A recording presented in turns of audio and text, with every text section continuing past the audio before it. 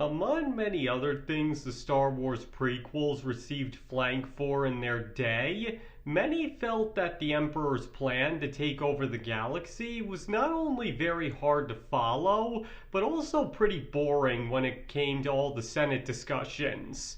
But as with many other aspects of the prequels, over time some have come to appreciate what the Emperor was ultimately doing, as the more one thinks about it, the more apparent it becomes just how genius it all really was.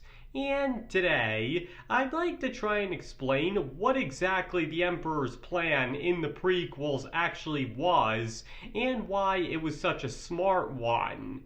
And as always, there will be spoilers for any and all Star Wars movies ahead. So in case you haven't seen one of them yet but would like to, you might want to remain on the lookout. You have been warned. Okay, so before I get into the nitty-gritty details, I would first like to bring up a very different story, specifically Disney's version of the story Chicken Little. No, not that one. I'm talking about the 1943 animated short that serves as a real adaptation of the story. And in the short, we see a farm where all the chickens live in paradise. A huge fence, locked gate, and farmer ready to use his shotgun to protect his animals all leave the chickens with nothing to worry about and lead perfect lives. But unbeknownst to them, Foxy Loxy stumbles upon the farm and sets his sights on getting a snack. But realizing that trying to get past the farmer's defenses would not only be impossible, but inevitably end in failure and possibly death, he decides to take a different approach to getting his meal, consulting a book on psychology to figure out how to trick the chickens into leaving the safety of the farm. So on the book's advice, Foxy Loxy sets his sights on the dumbest person in the community, that being Chicken Little, and shoots a piece of wood at him in the shape of a star with some blue around it. Then, pretending to be the voice of doom, tells Chicken Little that the sky is falling and to make a run for it. However, the chicken's mayor, Cocky Locky, is able to set everybody straight, much to their relief and Foxy Loxy's chagrin. So, consulting the book again, he starts to spread rumors all over town that make people question Locky's intelligence and leadership skills, leading everybody to panic again. Then, with Loxy's secret encouragement, Chicken Little stands up to Cocky Locky and claims he's a better leader. And the straw that breaks the camel's back is when Locky says, "If the sky is falling, why doesn't it hit me on the head?" Only for Foxy Loxy to hit him with another wooden board in the shape of a star. And realizing Chicken Little was right, and that they're all in danger, they ask him what they should do, and Foxy Loxy whispers that they should run into a cave, which Chicken Little suggests they do. So they all run into the nearest cave, which just so happens to be Foxy Loxy's den, who then seals off the entrance and proceeds to eat the entire flock. Yes, that's right. The good guys die and the bad guy wins, in a Disney short no less. Even the narrator is surprised by this, but as Foxy Loxy points out, don't believe everything you read. Now at this point you might be wondering what my point with all of this is, considering I'm supposed to be talking about Star Wars here. And the reason I bring up this short is because in essence, that was the Emperor's plan. I mean, it's not exactly the same as in the short, but when you really strip it down, the Emperor's plan wasn't much different from Foxy Loxy's in the short. because the galaxy, just like the chickens on the farm, was in a great state and prepared to face down any threat to it. So what does the Emperor do? Exactly what Foxy Loxy does: manufacture a crisis. Because simply put, it's human nature to always be on guard against threats. That's how our primal ancestors were able to survive. So when no problems exist, people have a compulsion to create ones out of paranoia that they're missing something. And that's what the villains in both these stories take advantage of. So, in order to destabilize the Republic, the Emperor first manufactures the trading crisis on Naboo, and in the process also does exactly what Foxy Loxy does, which is make the people lose faith in their leaders. And sure enough, when the Chancellor is unable to handle the crisis, Padme plays right into Palpatine's hands and sets things in motion to make him the Supreme Chancellor instead, which is exactly what he wanted her to do. Then 10 years later, he ups the ante by taking his manufactured crisis and escalating it into a full-blown war. But once again, the entire war is a complete sham. The leader of the Separatists and the Republic are the exact same person. The war is only there to discourage the people so they'll crave the peace the galaxy once had, as well as make everybody turn against the Jedi. Exactly how Foxy Loxy makes everybody believe that the sky is falling while also pulling the strings of the boy they believe is their savior. The Emperor just skips the puppet entirely and instead has everybody believe that he and he alone has all the answers and can save the galaxy, despite the fact that he's the cause of all their problems in the first place.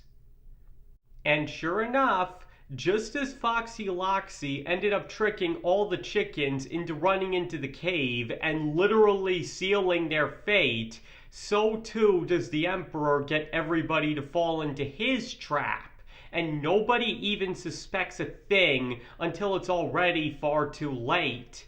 Years of war have left everybody begging for peace, and when the Emperor not only gives it to them, but promises even more of it and security by turning the Republic into an empire, he's welcomed with open arms. And that's how, as Padme says, liberty dies with thunderous applause.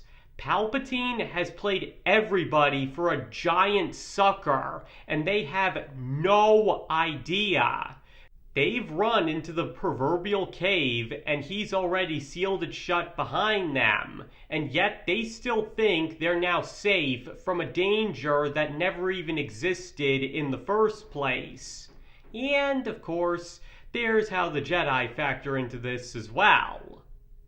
Because in order for the Emperor to win, he had to take out the Jedi all at once in a method they would never see coming, as well as get the people to support him in his termination of them. Or, as Foxy Loxy says, get people to lose faith in their guardians, which had kept the peace in the galaxy for the last 1,000 years, and makes them out to be the villains instead. Just as Loxy gets all the chickens to turn on Cocky Locky through discrediting him and, quote, proving him wrong at the crucial moment. And that's exactly what the Emperor does. He takes the peacekeepers of the galaxy and, through his manufactured war, forces them into a no-win situation. Because either they stay out of the war and be accused of going against the Republic through their inaction, or they renounce their peacekeeping purpose and join the war to end it sooner. And by doing the latter, the Emperor is able to eventually pin all the blame on them, using their attempt to arrest and kill him as proof that they wanted war so they could take over the Republic. And because of that, he has the galaxy's full support before he's ever even said the words, "Execute Order 66." And is able to exterminate the entire order in one fell swoop, as even their soldiers were secretly working for him, whether they knew it or not. To put it more simply, and dropping the Chicken Little comparison for 1 second, what the Emperor did was take a galaxy that was, while not perfect, living in relative peace and harmony, and plunged it into a fake war so that people would see a need for change and view him as their savior. Because a leader can't rule if he doesn't have the people's support going in. So rather than make a clone army and take over that way, and risk not only losing, but extreme opposition right from the onset, he lets the Republic tear itself apart by forcing it into a war that nobody wanted, and then picking up the pieces and seemingly putting it back together, promising everybody what they want if they give him ultimate power.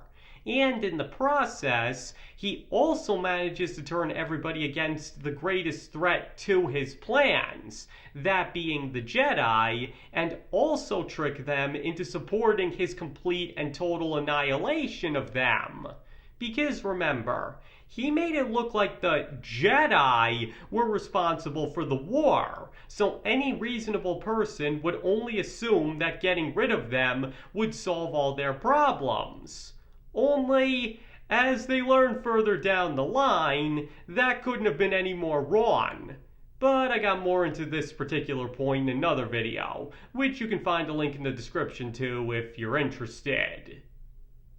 And once again, this approach to taking over the galaxy was a much smarter one, because not only did he have everybody give up their freedom to him willingly, and ensure he would become emperor almost completely unopposed, but he also managed to get rid of the Jedi and the threat they posed to him in the process. But on that topic, there was one other crucial component to why his plan worked: the Chosen One. Because the Chosen One was said to be the man that would restore peace and order in the galaxy, as well as finally destroy the Sith once and for all. So how does Palpatine get around this seemingly impossible obstacle? Not by killing him, but by recruiting him. After all, the Chosen One is the most powerful Force user of all time, so not only would he be the greatest asset a Sith Master could ever ask for, but if he could get him on his side and maintain complete control over him, then he could also ensure that he would never fulfill his destiny. Because, being a Sith himself in that case, he could never destroy the Sith, and thus ensuring Palpatine's final victory. Only, he didn't count on the fact that the Chosen One might eventually turn away from the dark side and still destroy the Sith anyway, but that was way down the line. And this is why the Emperor makes himself so close to Anakin in the prequels. He has Maul kill the man that would have raised him to be the ideal Jedi and Chosen One, and then fills that role instead, subtly filling his mind with doubts about the Jedi and preying on all of his wants and desires. And as a result, not only is Anakin's Jedi training impeded by his constant interference, but by the time he has to make the crucial choice, it's already been made for him. The Emperor had filled his head with so many doubts and impossible fantasies about what's possible without the Jedi holding him back, and it's not like the Jedi themselves have done anything but validate everything that he's filled Anakin's head with. So as a result, when it comes time to choose between the only man that seemingly understands him and is offering him everything he ever wanted, or the Jedi that have apparently kept him on a leash and are only appearing less and less virtuous with everything they do, it's really no wonder he makes the decision he does. Because Palpatine had been preparing him for that moment since he was 9 years old. And by the time he finally realizes he's been played and that everything Palpatine told him was a huge lie, the Emperor is the only thing he has left in his life, and thus accepts what he's been turned into. And it's only by seeing his son do what he didn't that makes Anakin realize not only what he could have become, but still has the chance to be something more than his slave. To put it simply, not only does the Emperor take quite a few pages out of Foxy Loxy's psychology book, he's probably the man who wrote it, because he is the ultimate master of every single technique Loxy employs to lure the chickens to their doom, just as he lures the galaxy to its doom. But the parallels between the two stories aren't just a coincidence, as they came about because both are trying to impart a similar message. George Lucas was trying to show with the prequels how easily democracies can fall and why people would willingly surrender their freedom, while Walt Disney had taken inspiration from a little incident in Germany to show the evils of mass hysteria and the importance of free thinking. So as a result, it makes sense that not only would the villains of both these stories actually win, but also employ very similar methods in order to achieve their victory. Now, as I already went over in another video, which you can also find a link in the description too, maybe the Star Wars prequels weren't executed as well as they could have been, but one can't deny that when the Emperor's plans and goals are spelled out with a little more clarity, they were really nothing short of genius. And the fact that he ultimately wins only proves that, as well as further cements his status as perhaps one of the greatest villains in all of cinema history. Alright, I think I've explained all of this thoroughly enough. So now it's your turn to tell me. Do you believe that the Emperor's plan to take over the galaxy was actually one of the smartest plans a villain has ever employed in a movie? Or do you think it was all too boring and complicated to realistically work? Please feel free to let me know in the comments below. And as I always say, you don't have to agree with any opinions expressed in this video just because you watched it. You're entitled to your own opinion and can feel about the Emperor's plan in the prequels any way you want to. And I nor anybody else can tell you you're wrong. And thank you all for watching. It is all very much appreciated. And I hope to see you all next time.